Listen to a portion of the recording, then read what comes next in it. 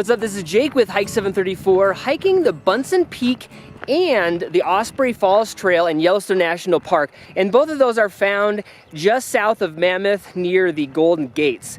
And you can actually do this as, you know, 3 different ways. One, which is all of them, which is what I did, or you can do the Bunsen Peak up and back, or you can go ahead and do the Osprey Falls up and back. But I'll go ahead and do the whole thing for you here and you can decide.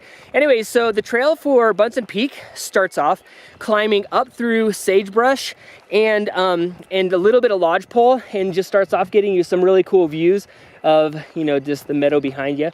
And then after that, you end up starting to go into kind of a mixed lodgepole, younger lodgepole, recent burn kind of thing. And then you go to some older stands, but all the while getting better views of the Golden Gate area, and, you know, starting to work your way up to get better views of Mammoth. But, you know, just one thing, I've always said this, you know, as you gain elevation, the views get better. So anyways, with this one, that's definitely the case. And as the trail begins to switch back and kind of going to some old stuff, and then it comes back out, and, you know, you end up getting into some really cool views of the Mammoth area. And I would recommend to very much stop and take advantage of those views, because by the time you get to the top, I think the views of Mammoth are better on the way up.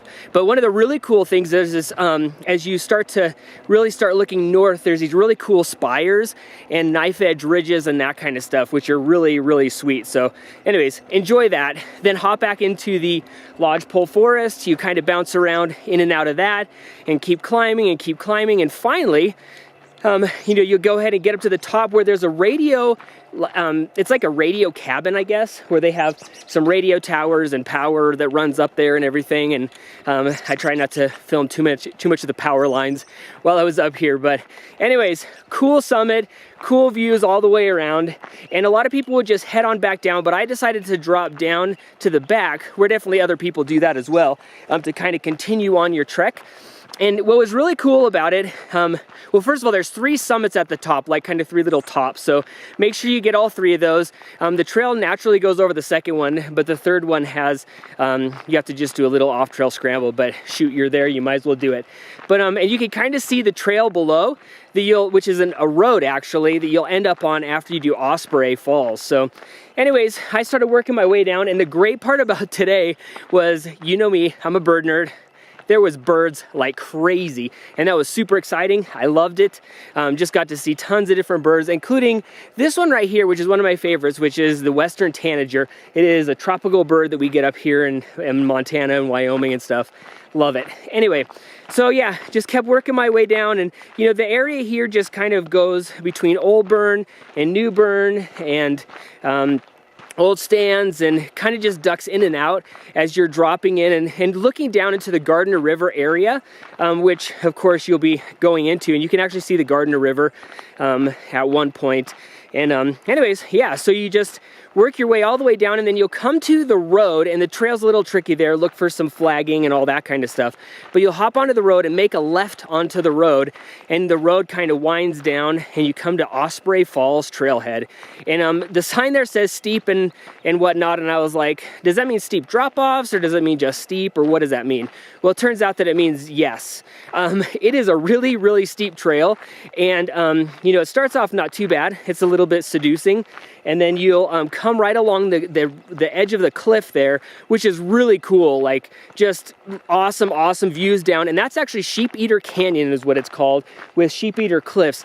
And those cliffs are awesome. If you really start taking a look at some of the layers, it's really cool just to kind of see just how different lava flows and whatnot just kind of created cool different formations. But anyways, then you'll start dropping down, and that is, my friend, when it gets steep. And so anyways, it just starts weaving its way down, and I think you could probably, if you have a little bit of a fear of heights, you'll probably do okay for the first part of it, but just go until you don't feel comfortable anymore. But eventually you'll drop down really close to the water as you go into that canyon, and it is great. But then I was thinking to myself, I don't know what this falls looks like. I hope it's worth it. And then, oh my gosh, this falls is incredible. I love Osprey Falls. I would definitely go do this hike again. And the cool thing is, because this is a road, you can actually ride your bike to it, at least to the trailhead, and then you could hike down and then hike back up. And that walk in particular is 1.4 miles down and 1.4 miles back. So anyway, so then on my way back up, I got to see a mule deer and her fawn, which was really special. And then as I worked my way up, I came back up onto the road and started hiking the road back, and that was really cool. It gets a little bit later, and you know, I kind of work on this thing too, where I end up hiking when people are eating, and I eat while other people are hiking. And so I end up seeing this black bear, which was really cool, and so I just got to watch him eat for a little bit down in this draw.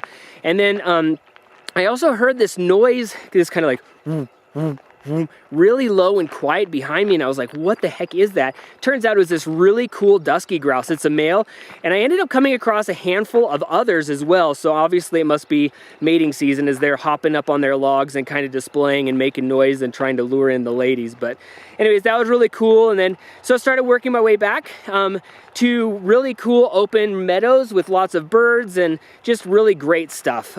Just big open views. You can kind of look up at Bunsen Peak again, and then gradually the trail ends up kind of coming alongside of Lodgepole, and then eventually kind of opens up, and then from there on it goes back and forth, and I ended up getting mauled by mosquitoes, and luckily right now I'm doing okay. But yeah, after that you'll go past a couple of ponds, which is probably the main reason why the mosquitoes all of a sudden showed up out of nowhere. So I had a few flies on the peak, and then a lot of mosquitoes at the very, very end, but that will not spoil a great day. I just got to see tons and tons of stuff, including this snowshoe hare at the very end, which was super great. So anyways, this is Bunsen Peak and Osprey Falls. Do either, do both. Really great hikes here in Yellowstone National Park. If you like this video, subscribe on YouTube and head over to hike734.com for more goodness.